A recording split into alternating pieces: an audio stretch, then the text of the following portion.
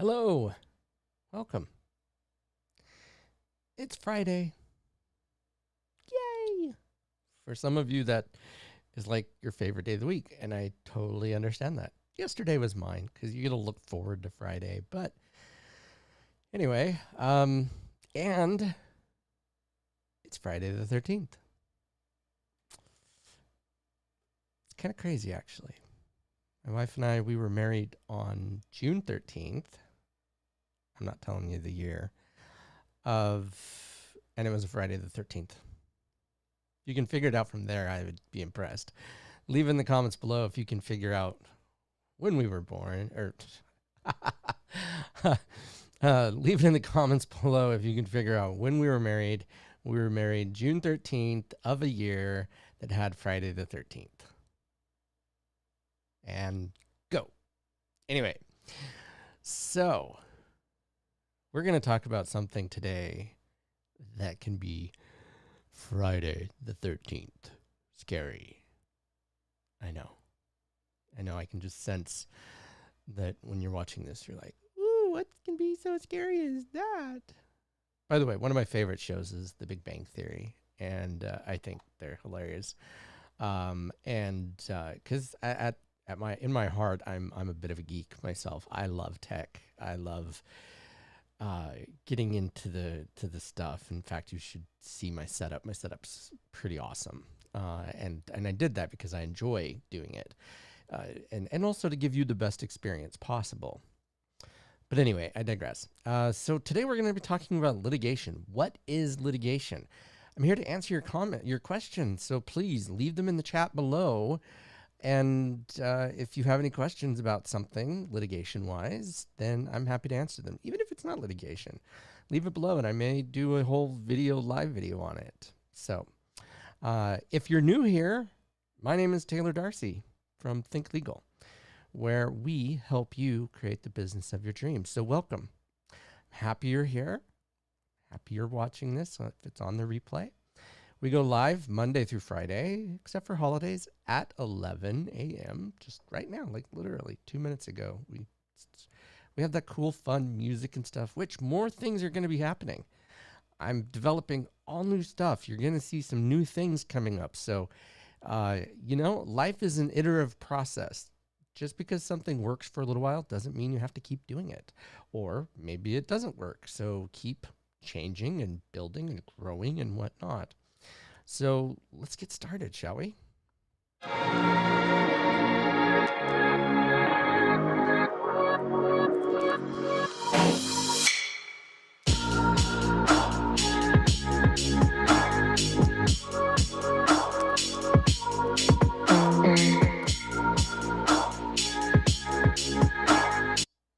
Awesome. So we're going to talk about alternative dispute resolution, or ADR is what it's affectionately known as, before we get to litigation. And why? Because I think there's a huge misunderstanding about what it is, when it's applicable, when it's better for you, when it's not better for you, and under what scenarios it's better for you or not better for you, right? So the first one is what's called mediation. And hopefully you've heard of mediation. If you haven't, mediation is fairly simple. Mediation is where someone who is not a judge, not an arbitrator, they are just a neutral, independent third party. It literally could be anybody. Okay, could be anybody. Now, there are people that have trained for this, have taken courses in this to find a way to resolve disputes, right? And it's just a neutral, independent third party that takes a look at both sides of the equation and says, here are your strengths, here are your weaknesses, here's where I would rule, here's where, or here's what I think you're worth, or your claim is worth. And so it's just basically taking a look at both sides from someone else that has not been personally invested in the case. What happens a lot, and when we get to litigation, we'll talk about this, but what happens a lot is in mediation, or before you get to mediation, people become entrenched in their own side, believing that they are 100% right. And the truth is, if you're honest with yourself, that's not accurate. Okay? No one is 100% right, and no one is 100% wrong. I've found more often that it's kind of like there's no 50-50. It's just, it ranges depending on obviously the problem, the act, the thing, but it's never just a simple black and white that someone is absolute one or the other. It's usually there's some fudging in there. There's some gray. There's a lot of gray in there, okay? And so what happens though is people, they get these blinders on with their problem. Okay, the other one did this, da da da da da, and it's all about the other party. They wronged me and I want them to pay. And you get rather indignant when they don't, right? And the other side is, well, like, I didn't pay because you did. And so you create this, us versus them mentality. And a mediator comes in and says, okay, yeah, which, by the way, any good attorney is going to give you the strengths and the weaknesses of your case. That's Taylor's tip for mediation or any type of dispute resolution. A good attorney is going to say, look, yes, here are your strengths. Here are your weaknesses. Here's where I think we're going to be. I understand what you want, but where we might actually end up is not necessarily exactly where you're going to be. The dispute resolution process is, it done right, is going to be somewhat painful for both sides to one degree or another. Now, how painful that is depends a lot on you and depends a lot on your attorney, the other party, the judge. There's a lot of factors that go into that. But mediation is presented with a neutral, non-judge, non-decision maker, okay, to try to help you understand your strengths and weaknesses of your case or your matter, whatever it is. And so there's nothing binding about that because it's just the two parties that are trying to come together to make a decision. So that's mediation. Fairly simple. It's pretty informal. You'll present an informal brief. It doesn't have the same, I don't know how to describe it. It doesn't have the same joie de vivre, right? It doesn't have the same effect as a litigation brief or even an arbitration brief because it doesn't go into the same detail. Discovery often hasn't been performed completely by the time mediation is getting there. But it really depends on the matter. So that's mediation. It tends to be less expensive than the other two, but it's not binding. So you could go to mediation and come away with no resolution and have spent money on it and okay, whatever, doesn't work. So and I'm not suggesting that mediation doesn't work, but the problem is without it being binding, without there being some, it's just kind of like it, unless both parties are committed to having a good resolution or having a resolution, mediation won't help. I'm not saying it can't help. I'm just saying like the attitude of the parties going into it. If they're going to be willing to work through those issues, then it can help and it will work. But if one side is dug in, which happens very frequently, then mediation is kind of for that reason. I would love it if more people would let mediators work. It's cheaper, it's faster, it gets the job done if both parties are willing to work towards that end. But if you're not, it doesn't have as much value, okay? Arbitration, on the other hand, that's the next alternative dispute resolution. I don't know why they call them alternative. I mean, alternative to litigation, yes, but you can contract into mediation and arbitration in your clauses. Arbitration is, or can be, I should say, depending on the matter, required before litigation. And it could be binding arbitration, which means simply that whatever the arbitrator decides is final. The NFL, for instance, they have binding arbitration, which means that they see the inside of a courtroom a whole lot less. And cost-wise, it's a lot different. Arbitration is typically more expensive, but for a shorter period of time. Okay, litigation can be expensive over a longer period of time, but litigation takes a lot longer. Litigation is a lot longer. And we will talk about that in just a second. So you go before a judge, or typically a retired judge is what more to the point of that is. Most arbitrators are retired judges or retired attorneys, someone that's been in the litigation sphere for a while, and they really want to do something different. Other people, they get, again, they go back to school, get like an LLM, they'll get advanced training in dispute resolution, and they'll become arbitrators in their own right, even without having been a judge before. Typically, they are retired somethings that have dispute resolution experience. It just depends on the person. You have to look at arbitration as a private judge, that you're agreeing as two parties to be bound by their decision.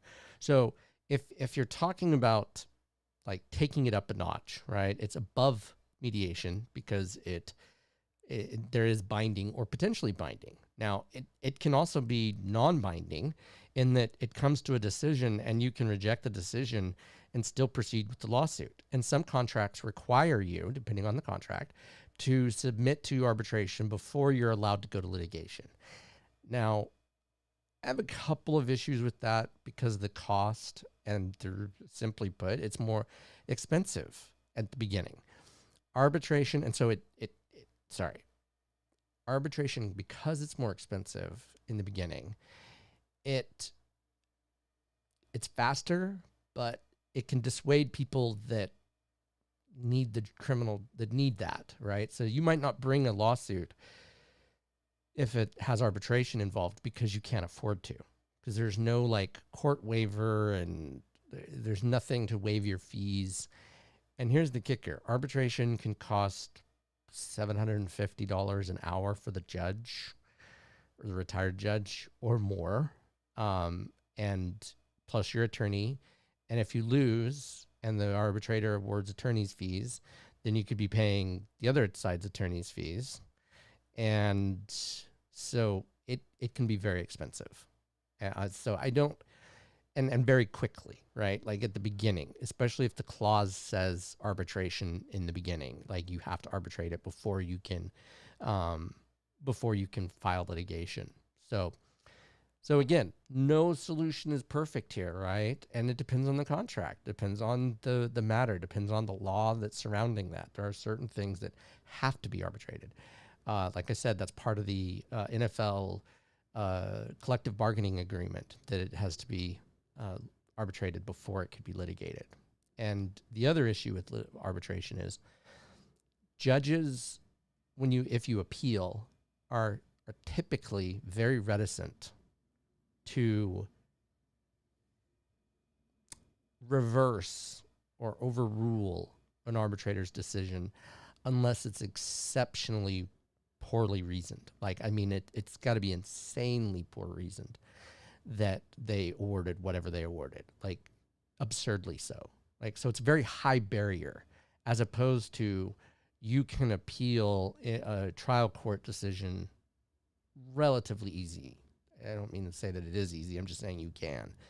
So that's another like downside to arbitration. And again, I'm not suggesting that you can't or shouldn't. I'm just letting you be aware of these ideas or these things that involve arbitration, the costs, the time. It's much faster. Arbitration is much faster. And if you've got the money and you want to solve your problem quicker and easier and better, maybe not better, but anyway, if you want to solve it quicker,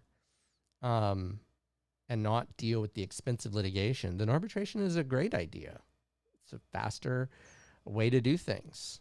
You can be heard in months instead of years. Okay.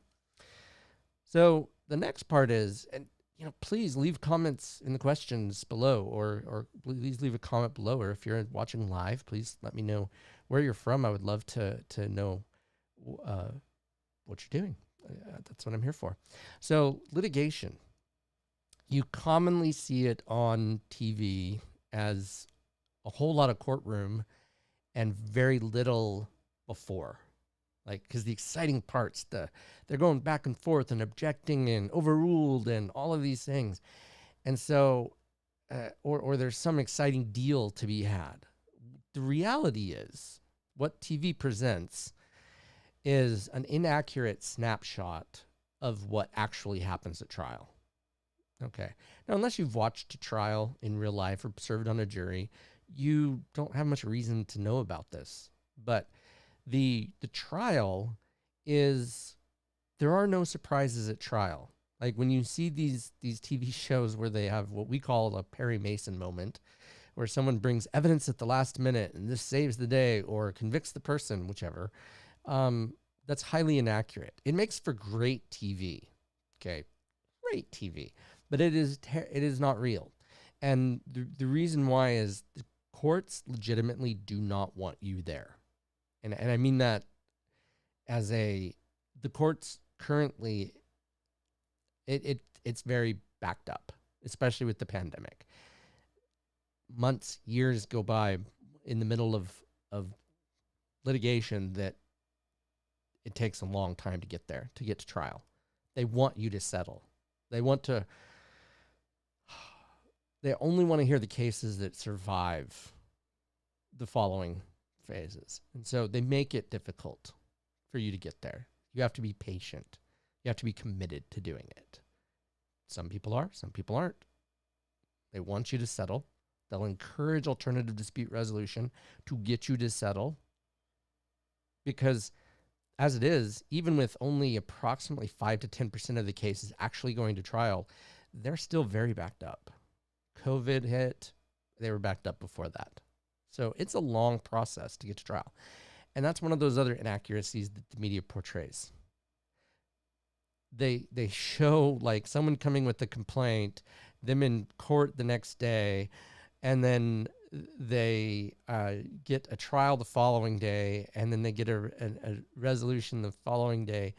And it's hilarious because that whole process that you see in 30 to 45 minutes can take anywhere between a year, 2 years, 5 to 10 years, depending on how big the matter is, like especially class actions. I'm sure you've gotten random postcards in the mail saying you're eligible for blah, blah, blah, blah, blah with it. And a class action, you could get it in December of 2012 and not get the refund or rebate or money or voucher or whatever the heck it is that's finally resolved till 2021 because of all of the evidence, the back and forth, the posturing between the parties, the length of time that it takes for each thing to get there. So it's a very involved process. Things don't happen fast in court. They just don't. Anybody that tells you otherwise is probably promoting a TV show. That's the truth. So with litigation, there are distinct phases, and this applies to California. Different states have different rules and different things. So in the first phase, it's called the pleading phase. Now, this is obviously an oversimplification, and we're going to talk about more in depth in different videos about these specific phases so that you understand the process a lot better than people that haven't seen my video. And more to the point, if you're involved in litigation, you understand that this is not an easy system. It's complicated. There are lots of rules.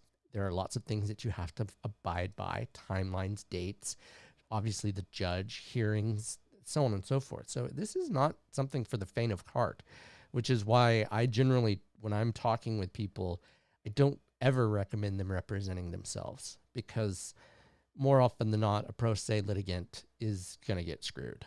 I mean, I hate to be that blunt, but that's truth. Can you do it? Yes. But the people that I know that do it well, that's all they do. Like, they devote their life to doing it. And if you're not one of those people, then hire an attorney. Okay. So the pleading phase. The pleading phase is where someone files a complaint. Now, theoretically, you could solve the problem before you get to the complaint. That's usually the least expensive and or the best from a time perspective. Doesn't mean it's the best from you getting exactly what you want or it being a perfect solution to it. It's just the best when it comes to you not having to worry about attorney's fees. You don't have to worry about court answers, discovery, all of those types of things. So it's almost always better to solve it before a complaint is filed. Almost. Not always. Once someone files a complaint, The opposite party has 30 days to respond via what's called an answer. And the answer has to contain its answer. How does it, is it admitting anything?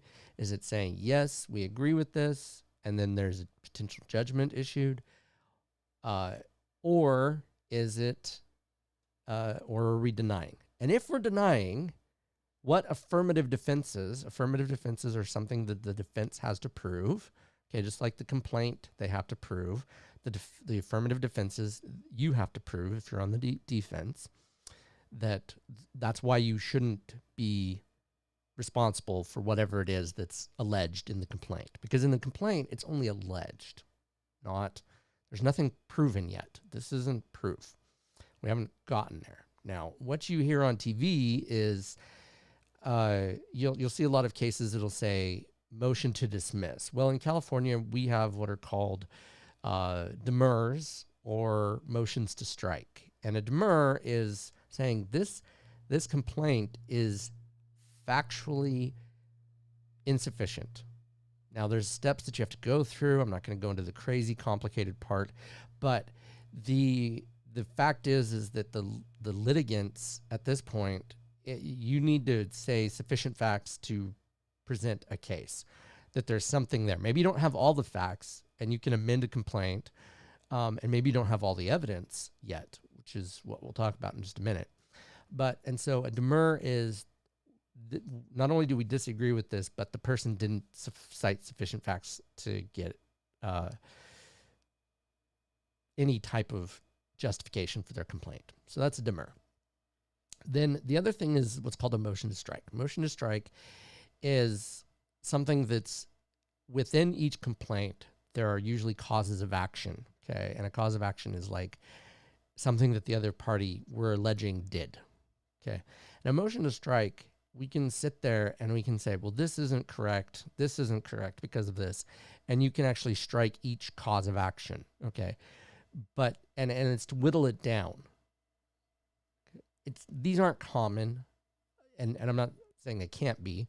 Depends on the parties, but typically what ends up happening is both parties jockey and posture during that time period, and it just ends up costing clients more money because they didn't meet the burden of proof or whatever, fill in the blank. There's a lot of complications. So you don't see these too much. I'm not saying you can't do them, and I'm not saying you shouldn't do them. I'm just saying each case is fact specific, and you should pay attention to those details there.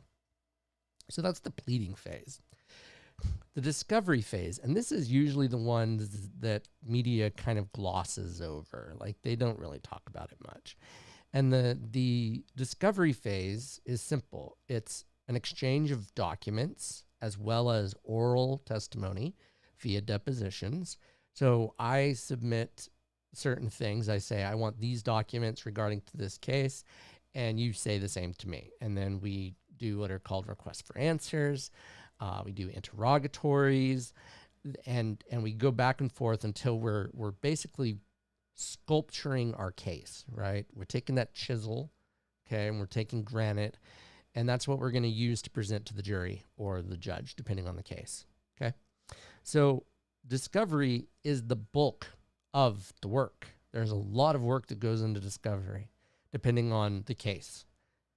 Written discovery, because then once you get the discovery, you have to filter through it, read it, see what's relevant, see what's important, because a lot of times they'll just dump discovery on you, or they won't provide you enough because you know there's something sitting there waiting and they choose not to send it, so you have to go back and forth. It can be time-consuming and complicated. So that's discovery. The most common you see on TV is when a deposition has been done and you get your gotcha moments and your gotcha questions. That's pretty rare, actually. Most people get asked questions that they're going to expect.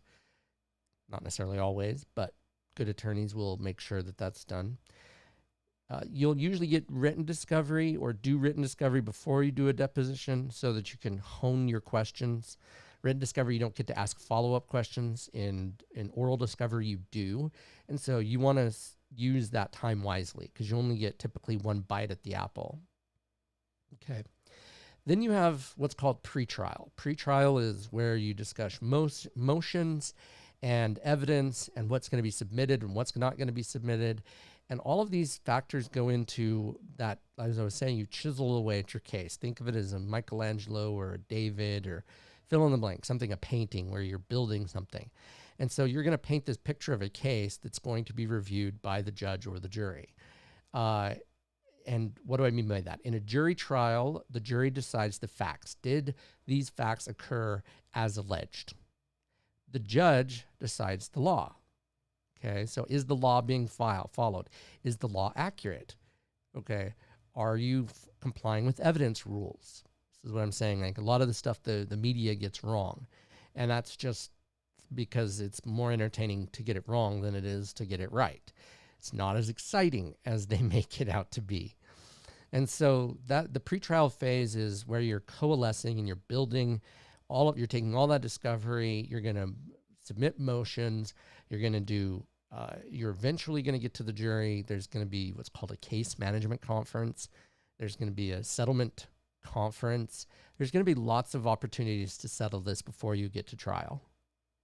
Okay, that is your pre-trial. Then is your trial. Now, your trial consists of voir dire or voir dire, depending on who you're talking to and how they pronounce it. Not saying, I'm just telling you how it is. And that's where it's jury selection.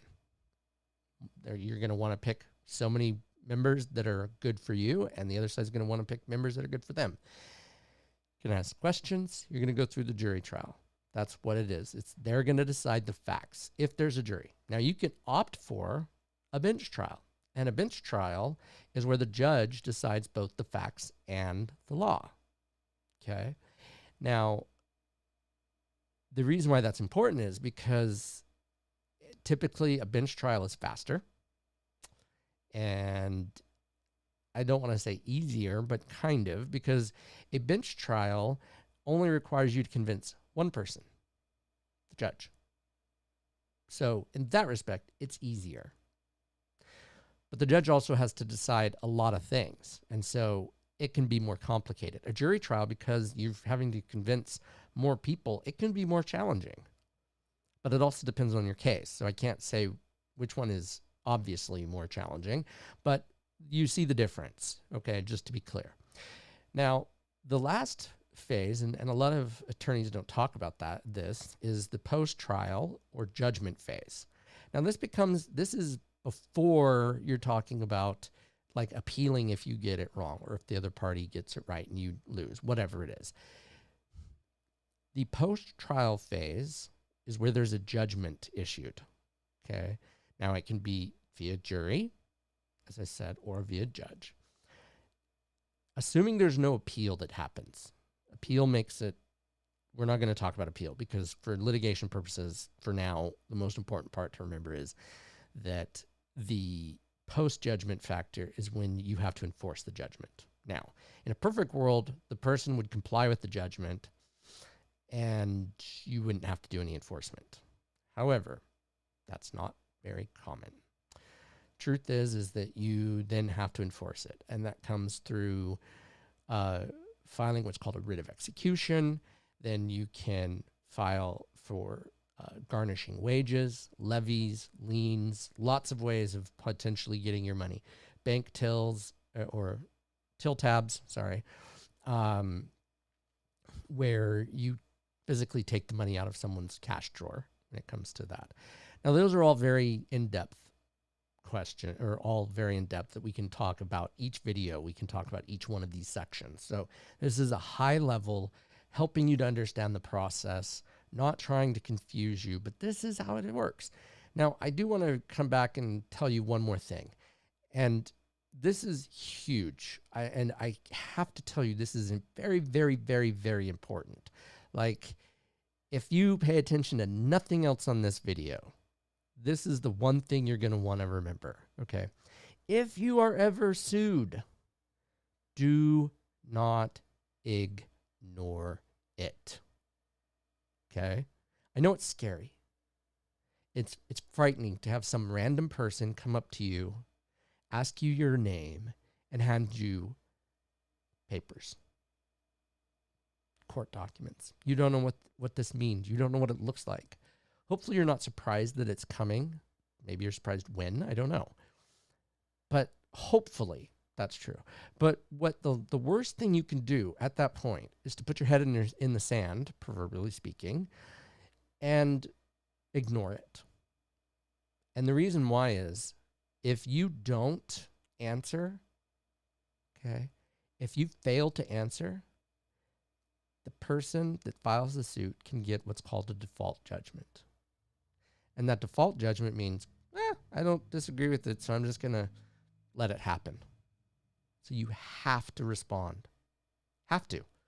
Like, don't give them easy points, because although you can get that default judgment overturned, at some point, if it happens and it was an oops, a mistake, things like that, you have to do it fairly quickly. It's not something you can wait months, years for, or I should say years for, and then go, nope, I disagree.